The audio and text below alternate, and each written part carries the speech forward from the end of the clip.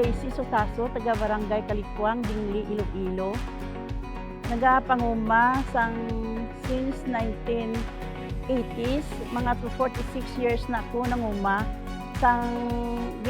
Panubli ko ini nga talamnan sa akon mga katigulangan.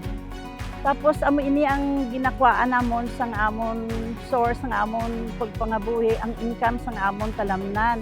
Amo ini ang nagpatapos sang amon mga kabataan nga nakatapos sila sang ilang mga giri.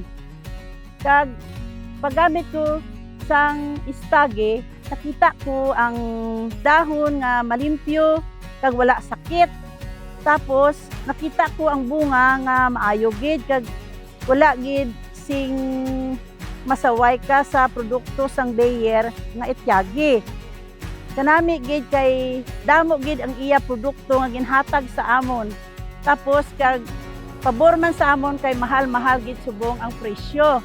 Gani sa akon mga kaupod nga mga mangunguma, magamit man kamo sang ityagi kay para matirawan man ninyo kung ano ang resulta sang ityagi nga iya sang Bayer kag fungicide ini nga liquid.